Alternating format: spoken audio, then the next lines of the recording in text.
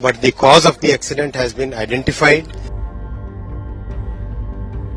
कवच का इससे कोई संबंध नहीं, कल ममता जी आके बोल के गई थी। इलेक्ट्रॉनिक इंटरलॉकिंग में जो चेंज किया जिसके कारण ये दुर्घटना हुई। रेल मंत्री अश्विनी वैष्णव ने बताया बालासोर में हुए ट्रेन एक्सीडेंट की असली वजह। उन्होंने ये भी कहा कि हादसे के लिए जिम्मेदार लोगों का पता चल गया है, उनके खिलाफ कड़ी कार्रवाई की जाएगी, लेकिन अभी प्रायोरिटी रेस्क्यू ऑपरेशन और रेलवे लाइन को साफ करना है। हमारा सारा का सारा फोकस रेस्टोरेशन पे। आपने देखा ये रेलवे ट्रैक अभी जो यहाँ पे 4 ट्रैक्स है टोटल, 2 मेन लाइन है, 2 लूप लाइन है। तो ये मेन लाइन का काम कंप्लीट हुआ है, अभी उसका OHC का काम चल रहा है, अभी ट्रैक की टेस्टिंग चल रही है। वो जो गाड़ी है ट्रैक की टेस्टिंग करके आ रही है। दोपहर शाम तक एक ट्रैक कंप्लीट हो जाएगा, दूसरा ट्रैक लगना चालू हो गया। देख रहे हैं आप यहाँ पे पटरियां बिछ रही है उनकी, और ये सारे के सारे स्लीपर्स बिछे जा चुके हैं। इसका भी आज काम कंप्लीट होगा।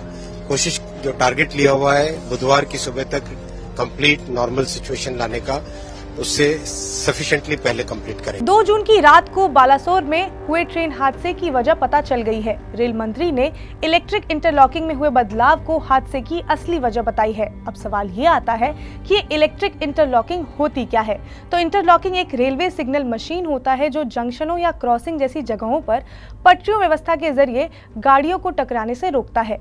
होता यह है कि हर रेलवे लाइन पर एक ट्रैक सर्किट बनाया जाता है। अगर उस ट्रैक पर ट्रेन खड़ी होगी तो उसके ट्रैक सर्किट की रिले डाउन रहेगी और वो उस लाइन के सिग्नल को आगे नहीं आने देगा।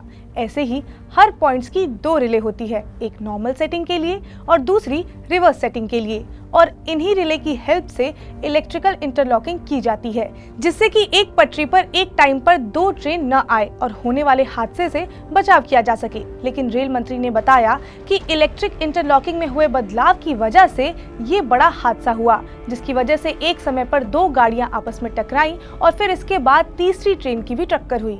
कारण बताने के साथ ही साथ अश्विनी वैष्णव ने ममता बनर्जी के दावों को नकारते हुए कहा कि ममता बनर्जी ने जो हादसे की वजह बताई वो सही नहीं है।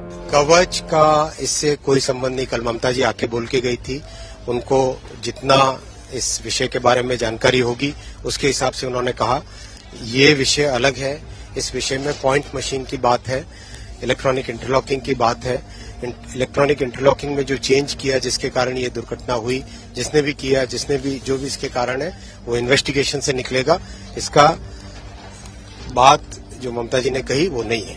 रेल मंत्री ने कहा कि इसका कवच से कोई लेना देना नहीं है।